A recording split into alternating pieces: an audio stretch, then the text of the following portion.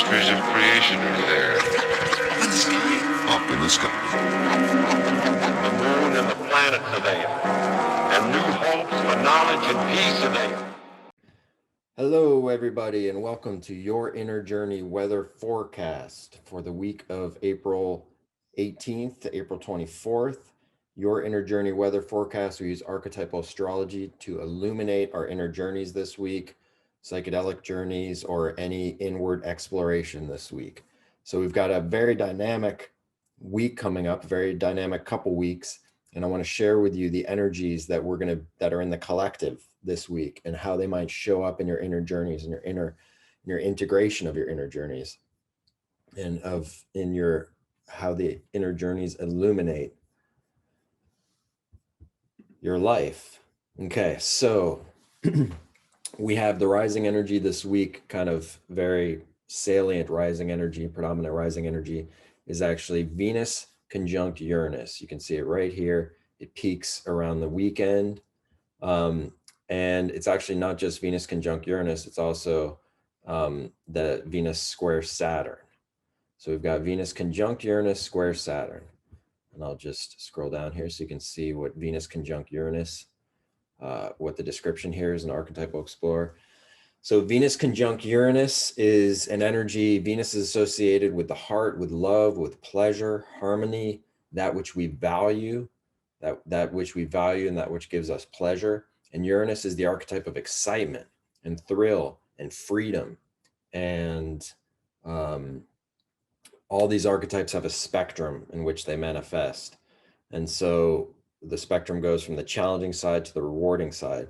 And the challenging side of Uranus is disruptiveness, fickleness, a kind of a flightiness. And the rewarding side is like thrill, excitement, innovation.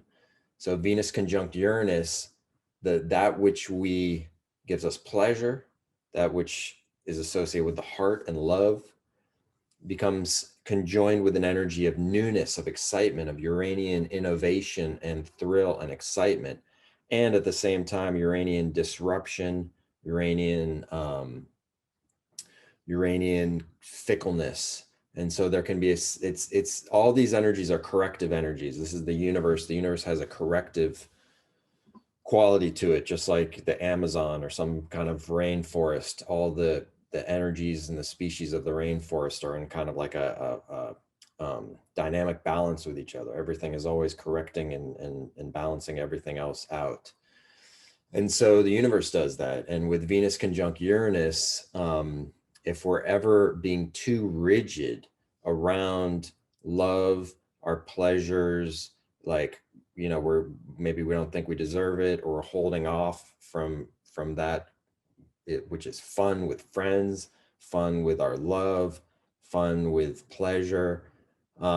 Uranus will come in, because Uranus is the corrective energy of freedom. It'll come in and disrupt things and make it more, kind of shake us up, so that we allow in that fun. Also, if we're too like in our relationship or in our friendships, we're too walking on eggshells, we're too kind of constricting ourselves to the strictures of what we feel the relationship is, or what we feel our worthiness is. Like if we feel that we are clinging to some type of relationship, love relationship, because there's a sense of we can't do anything better or something like that, Uranus will shake it up, disrupt it. It'll bring in freedom, a sudden desire of freedom to ourselves, to have some space, have some freedom in the Venusian realm, the realm of social love, romantic love. Or someone else in our sphere will suddenly get kind of seized by this desire for freedom. And we want to welcome that. We want to see that is the corrective energy happening. It's things were becoming too too rigid, and they need some flexibility, they need some freedom, they need some excitement, need some newness there. At the same time, though, Venus is going into aspect to Saturn, which is the opposite energy. So this is why I said it's such a dynamic time this week. Venus and Saturn is associated with commitment, with stability, with limiting, with structures, limitations, confinements, And so that's also an aspect of life and the corrective aspect of the universe, that, those things are grounding. So that means in friendships and love, in pleasure seeking, that by instituting boundaries, commitments, limitations, we actually, the Venusian side of life becomes more real, becomes more grounded, more rooted. So in love relationships, that would be like showing up as something like commitment. And in friendships, it would be like, well, I'm going to kind of narrow down the friendships to the ones that are really resonate well with my heart, kind of draw some boundaries there and confine my set of friends. And so those two energies, they're seemingly opposites, but the Saturn Uranus combo is in the sky as well, and that's with us all year and beyond this year. And so that one asks us to find freedom within confinement. So by putting boundaries in place, we can actually have more fun and more innovation and more new discoveries within that. And specifically this week and next week, it's talking about Venus. It's talking about that which we value, love, friendships, money is associated with this to some extent, and that it's that which we value, that which gives us pleasure, that which it feels harmonious. The arts are associated with Venus, that which is beautiful, harmonious, attractive, giving us pleasure, that which we value. So these are the Venusian things, and they're going through a kind of an adjustment right now. Or Saturn wants to narrow down and commit, and Uranus wants to find some freedom and some newness there. So it's a herky-jerky mix. You got to kind of, you got to be open. You got to like be open in this one, and let your own inner healing intelligence guide you here. You just want to recognize the characters at play, the archetypes when they come up, and then just kind of see like, oh, there's Venus Saturn, a limitation, or maybe even an ending to a friendship because it's not really serving you. And oh, here's Venus Uranus, that's the opening that happens. The one door closes, another door opens for excitement, newness. So we got to stay alert, we got to stay aware, we got to have our archetypal ear, archetypal eye, aware. Saturn, Uranus, Venus. Some examples in history of an example of what not to do with Venus, Saturn, Uranus is Al Capone was born with that, and Venus is associated with that which we value and money. And if we go too much on the Uranian side of freedom and recklessness, having to do with Venusian things like money, friendships, loves, then when Saturn comes in, it comes in hard. And he went to jail after being such a gangster for so many years. He went to jail for tax evasion, which has to do with money, recklessness around the valuable things, money, Venus. And then Saturn came in like the anvil, the hammer of the judge. Boom, sentenced. He was too reckless. So that's an example of what not to, how not to have this manifest. That we want to have both energies be honored here. Saturn, the soberness, and Uranus, the excitement. People born with Venus Uranus are the sparkly ones that are their attractiveness. Venus is sparkly. The Katy Perrys, the Russell Brands, the Katie Holmes, the Tom Cruise. Interesting. Those are both couples. So Katy Perry and Russell Brand, couple, both Venus Uranus. Tom Cruise, Katie Holmes, both a couple at one point, and also Venus Uranus. And who else? I think Christina Aguilera. There's a number of you can kind of see in the quality a sparkly, a kind of they kind of encapsulate a loveliness or an attractiveness that's kind of it's got some thrill to it. It's got some fun to it. It's got some kind of it's particularly Russell Brand, like a revolutionary. He's kind of like this model of attractiveness in the package of a revolutionary about love. And so the Venus Uranus. Actually, Saturn can be a nice note to add to Venus Uranus, because when there's Venus Uranus just by itself, the freedom associated with love and the sparkleness and the kind of association of newness with love can lead to lack of commitment. And that's not to say that either of those couples, I'm not, coming to any conclusion about Russell Brand and Katy Perry or Tom Cruise and Katie Holmes. Elizabeth Taylor, also born with Venus, Uranus, married and divorced 8 times, 1 time, 2 times to the same person.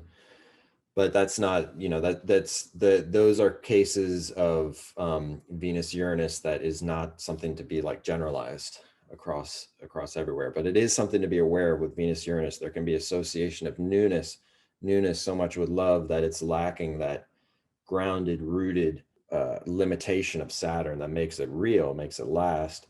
So that's Saturn in a positive sense. People born with all 3 together, Venus, Saturn, and Uranus.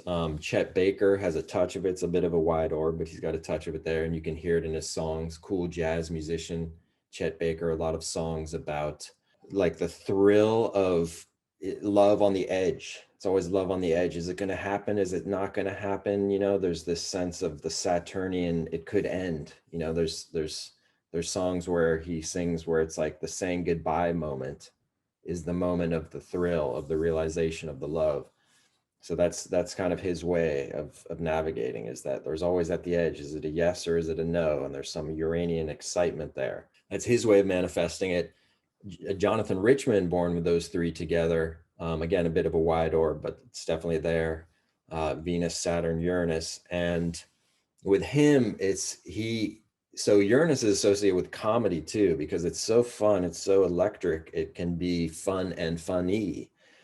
And Venus is associated with art and the beauty of art. And so he's a beautiful singer and he's a bit of a comedian. So that's the Venus Uranus, because you can see how when he sings, he shines through with some comedy.